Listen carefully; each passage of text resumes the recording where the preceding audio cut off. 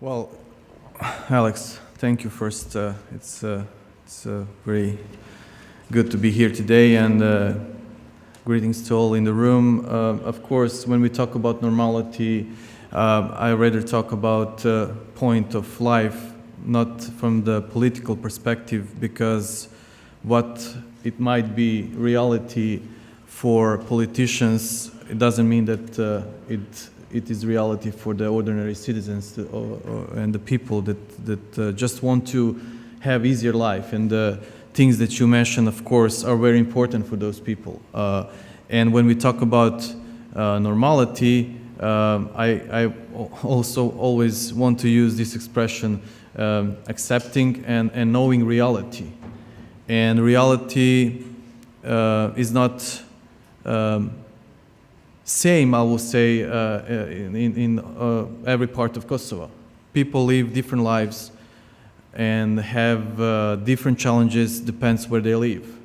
And when we talk about Serbian community, definitely those people, Serbs that live in south part of Kosovo, live in different kind of reality. And we have to we need to take that into consideration when we talk in general what could bring us from normalization to normality. And I always think about those people. I always think about people that live in Klina and Istok, those people that live in the municipalities where Serbs are not majority, because their life is much harder. And they on daily basis they face many problems that only could fix it if we do less politics and more. We have more solutions that will help them to have their life much easier. I was yesterday in Velika Hoća, for example, and we didn't talk about politics with the people there. We talk about wine, we talk about tourism, we talk about economy. This is their interest. And when you talk about normality, they just want to have normal life from the point that they have a chance and opportunity to sell their products. And I was happy to hear that this year was so good for these people in Velika Hoća and Orahovac, because they have people from Albania and Macedonia coming and buying their products. On other side, we in one period of time were faced with many problems when we talk about our returnees, and especially in these areas. People has been attacked, their property has been stolen, and all this very much have impact on their lives, on their decisions to remain and stay in Kosovo. And when we talk about some other things, I was so happy to hear and to see when Bogdan Mitrovic has been arrested just because he wants to go to spend one day at his house in his Mušotište in Suva Reka. And I had the chance to talk with my colleagues and friends Albanians about this topic, because this is not just the Bogdan Mitrovic case. This is a case that sends very negative message to all people that are thinking about a possible return to their homes. This guy, this gentleman, has been reported by the person who actually occupied his house that he's a war criminal. And Bogdan Mitrovic was part of the working group for the return for the years. He was a member of the working group that consists also representatives of all communities and international communities as well. This has to change. If we want to reach the normality point where we will not talk about these things, we need to eliminate this kind of negative signs, I will say, because this was not just a negative sign, but very negative message to all possible returnees. And many of my Albanian friends and colleagues share my thoughts and opinions about this case. Life rather than politic, and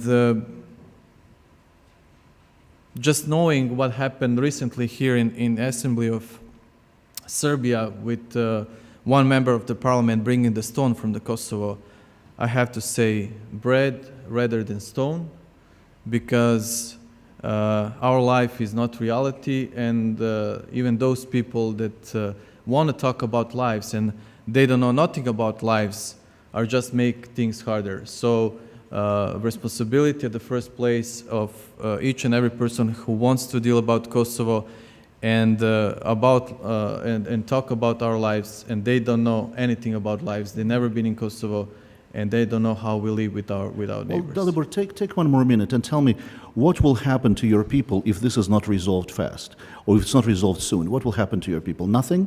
Anything? Well, Something. It happened that in one part of Kosovo we have young people living Kosovo, but this is not just one community. I have to say that also young Albanians wants to leave Kosovo because of the general economic situation, of course.